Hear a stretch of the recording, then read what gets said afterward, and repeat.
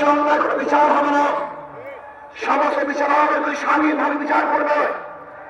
বাংলাদেশে কেউ খাবে কেউ খাবে না, তা হবে না, তা হবে না। ইসলামী হুকুমত হয় কেউ 10 তলায় আর কেউ 20 তলায় হবে না। কার দস্তারখানে হাজার রকমের খাদ্য থাকবে আর কেউ না খেয়ে ঢুকে ঢুকে মারা যাবে।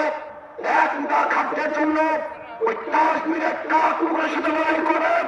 এই দৃশ্য বাংলাদেশের মানুষের দেখবেন ইনশাআল্লাহ। ইসলাম হুকুমত হয় আজকে ক্ষুধার কারণে বাচ্চাদেরকে মা এবং বাবা বিক্রি করবে না। ইসলাম হুকুমত হয় তার ক্ষুধার কারণে সমস্ত বংশের সমস্ত পরিবারের লোকগুলি একত্রিত হয় আর কোন আত্মহত্যা করবে না।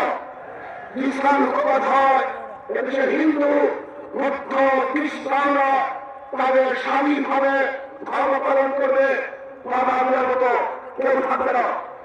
ইসলাম হুকুমত হয় প্রত্যেকটা খ্রিস্টান হিন্দু বৌদ্ধরা তাদের ব্যবসা প্রতিষ্ঠানগুলি নির্বিঘ্নে ব্যবসা করবে, সেখানে গিয়ে কেউ চাঁদা তোলার সাহস করে দেখাতে পারবে না। ইসলাম হুকুমত হয় তার কাউ সুন্দরী মেয়েদের প্রতি কেউ রূপ মিশিয়ে দেখাতে পারবে না। ইসলাম হুকুমত হয় তাহলে কেউ চাকরি পাবে আর কেউ চাকরি পাবে না, এই বৈষম্য থাকবে না, সবাই সুন্দর হয়ে যাবে, সমান হয়ে যাবে। ইসলাম হুকুমত হয় কে আওয়ামী লীগ, কে বিএনপি, কে জাতীয় পার্টি, কে জাসদ, কে ভাষদ দেখার কোনো বিষয় নয়। যারা অন্যায় করবে না তারা বাংলাদেশের প্রত্যেকটা জায়গায় নির্বিঘ্নে হাঁটতে পারবে, হাঁটতে পারবে। আর যারা দোষী আমার দল হলেও তাকে জেলখানায় ঢুকে ধরে করতে হবে। ইসলামের হুকুমত হয় তাহলে কি হবে? কাঁদবো, সবাই সম্মিলিত হবে, একই সাথে কাঁদবো, হাসবো, সবাই একই সাথে হাসবো, খাবো একই সাথে খাবো, বাস্তবায়ন দান করবো, সবাই একই সাথে বাস্তবায়ন দান করবো, খাবো সবাই একই সাথে বসবাস করবো ইনশাআল্লাহ। ইসলাম হুকুমত হয় আমি সেই দিন অপেক্ষা আছি যেই দিন দেখবো আমাদের বাংলাদেশের প্রত্যেকটা নাগরিক দরিদ্র সীমার উপরে চলে গেছে।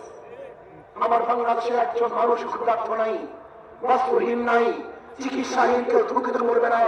বাংলাদেশের গরিব সন্তানগুলি যারা মেধাবী উচ্চ শিক্ষার জন্য তাদের আর চিন্তা করতে হবে না, সরকারি খরচে সর্বোচ্চ শিক্ষা দেওয়ার ব্যবস্থা সরকার করবে ইনশাআল্লাহ। আমরা কি দেখতে চাই? এমন এক সমাজ দেখতে চাই যে সমাজের মধ্যে থাকবে সাম্য, মানবিক মর্যাদা, সামাজিক ন্যায় বিচার। আজকে বাংলাদেশের বিচার ব্যবস্থা বলতে কিচ্ছু নেই। আপনারা দেখেছেন আমাদের দেশের ল, আমাদের দেশের আইন, কেউ যদি আসামি হয় এবং সাজা প্রাপ্ত হয় তাকে কোর্টে হাজির হয়ে তারপরে জামিন মঞ্জুর করাতে হয়। কিন্তু আমরা কি দেখেছি? বিদেশে থাকা অবস্থায়ও কোর্ট তাকে জামিন দিয়ে দিয়েছে। এরকম আইন বাংলাদেশের আছে বলে আমার জানা নেই। তার মানে বিচার বলতে আমাদের বাংলাদেশে কিছুই নেই। আজকে এই সমাবেশ দেখে একমাত্র জালেমরাই এবং চাঁদাবাজরাই তারা বেজার হতে পারে, তাদের মন খারাপ হতে পারে। কিন্তু যারা বাংলাদেশে উন্নয়ন চায়, উন্নতি চায়, তাদের আজকে খুশির শেষ সীমা নেই, তারা খুশিতে বাদ হয়ে আছে। আসুন আমরা ইসলামিক দল করি, ইসলামী সংগঠন করি, মিথ্যা বলবো না, ধোঁকাবাজি করবো না। আমাদের চরিত্র আখলাককে মজবুত করতে হবে। নবী আলাইহিস সালাতু ওয়াস সালামের ব্যাপারে আল্লাহ বলেছেন ইন্নাকা লাআলা খুলুকিন আযীম। আমরা ইসলামী সংগঠন করি, আমরা মিথ্যা আশ্রয় নেই, ধোঁকাবাজি করি, এটা ইসলামী সংগঠনের কোন সদস্যের চরিত্র হতে পারে না। যা বলবো স্পষ্ট বলবো, যা কিছু করবে স্পষ্ট বলবো, কোন অবস্থায় মিথ্যা বলবো না।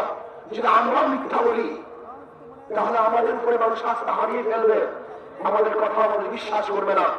আসুন আগামী নির্বাচনে ঐক্যবদ্ধভাবে নির্বাচন করবো ইনশাআল্লাহ। আমি আগে বলে দিয়েছিলাম যদি আমরা মুনাফিকি না করি, আমাদের কলিজা আমাদের কলব যদি ঠিক থাকে, আগামী ইসলাম হুকুমত হবে ইনশাআল্লাহ। লিখে রাখতে পারেন আগামী সংসদ হবে ইসলামী সংসদ, আগামী সংসদ হবে কোরআন সুন্নাহ সংসদ। আল্লাহ আমাকে এবং আমাদের সবাইকে একই সাথে এক ও ন্যায় হয়ে ইসলাম হুকুমত কায়েম করার জন্য আল্লাহ পাক আমাদের চেষ্টা করার তৌফিক দান করুন, আমাদের সবাইকে কবুল করে নেন। ওয়া মা আলাইনা ইল্লাল বালাগ। আসসালামু আলাইকুম ওয়া রাহমাতুল্লাহি ওয়া বারাকাতুহু।